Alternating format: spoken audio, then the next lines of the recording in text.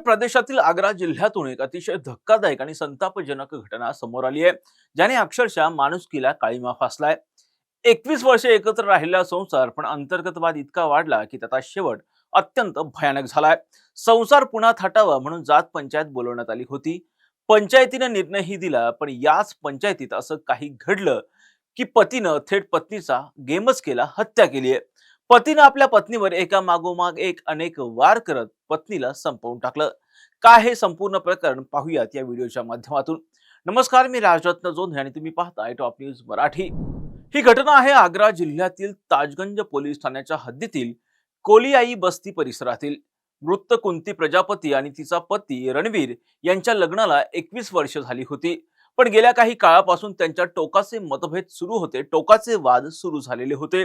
वाद इतका वाढलेला होता की गेल्या 8 महिन्यांपासून ही कुंती देवी आपल्या माहेरी राहत होती आणि दोघांमध्ये न्यायालयामध्ये कायदेशीर लढाई देखील सुरू होती. कोल्ड स्टोरेज मध्ये काम करणाऱ्या रणवीरला आपला संसार पुन्हा सुरू व्हावा, आपला संसार पुन्हा थाटावा असं वाटत होतं. यासाठी त्यानं जात पंचायत देखील बोलवलेली होती. या जात पंचायतीत तो आपल्या वृद्ध वडिलांनाही घेऊन आलेला होता.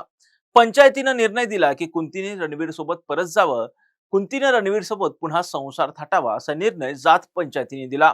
पण कुंतीला हा निर्णय मान्य नव्हता. न्यायालयीन खटला सुरू असताना आणि स्वतःची इच्छा नसतानाही रणवीरने कुंतीचा हात पकडला आणि तिला जबरदस्तीने फरफटत ओढत नेण्याचा प्रयत्न केला. भर पंचायतीत आणि नातेवाईकांसमोर होत असलेल्या या प्रकारामुळे कुंतीचा संयम सुटला आणि तिने संतापून रणवीरच्या कानशिलात एका मागोमाग एक लगावली.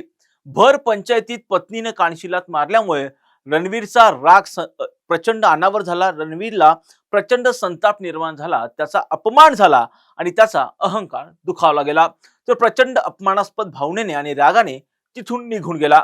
पण हा राग शांत झालेला नव्हता. तो सुडाच्या आगीत जो आहे तो बदललेला होता. तिथून थेट बाजारामध्ये जाऊन रणवीरने अवघ्या 40 रुपयांचा एक धारदार चाकू बाजारातून खरेदी केला.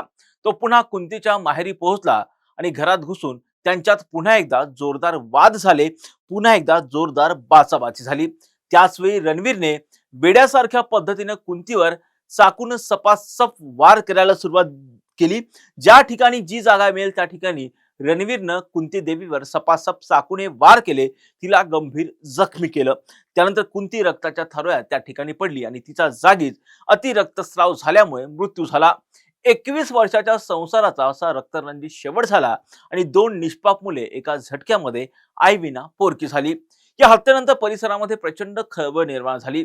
मात्र घटनेची माहिती मिळताच ताजगंज पोलिसांनी तातडीनं घटनास्थळी धाव घेतली आणि आरोपी पती रणवीरला घटनास्थळावरूनच रंगेहात अटक केली आहे.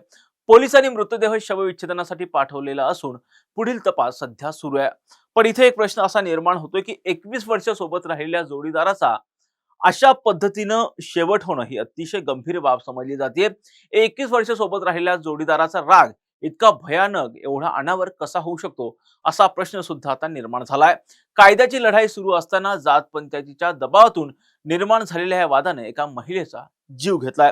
या प्रकरणामध्ये पुढे काय होतं हे सगळंच पाहणं आता महत्त्वाचं असणार आहे. या प्रत्येक घटनांचे अपडेट आम्ही टॉप न्यूज मराठीच्या माध्यमातून आपल्यापर्यंत पोहोचवणारच आहोत. यासाठीच तुम्ही पाहत राहा टॉप न्यूज मराठी, आपला महाराष्ट्र आपली बातमी.